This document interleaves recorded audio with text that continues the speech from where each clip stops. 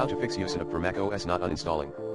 Here's a script file that will uninstall Usenapp from macOS, #bin/bash #quit the Usenapp application if it is currently running osascript quit app Usenapp #remove the Usenapp application from the applications folder rmrf/application/usenapp.app. #remove the Usenapp application support file sudo rmrf/library/application/support/usenapp #remove the Usenapp cache files rmrf/library/caches/com.usenapp.Usenapp.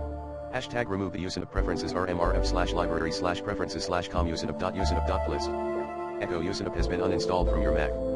You can save this script file with a .sh extension, e.g. uninstall_usenapp.sh, and make it executable with the following command in the terminal, mod +x uninstall_usenapp.sh. Then, you can run the script with the following command, /uninstall_usenapp.sh. The script will check if Usenapp is currently running, remove the Usenapp application from the /applications folder, and remove Usenapp preferences and settings from the current user's library folder. For starters, use the recommended Clean My Mac X in this video guide.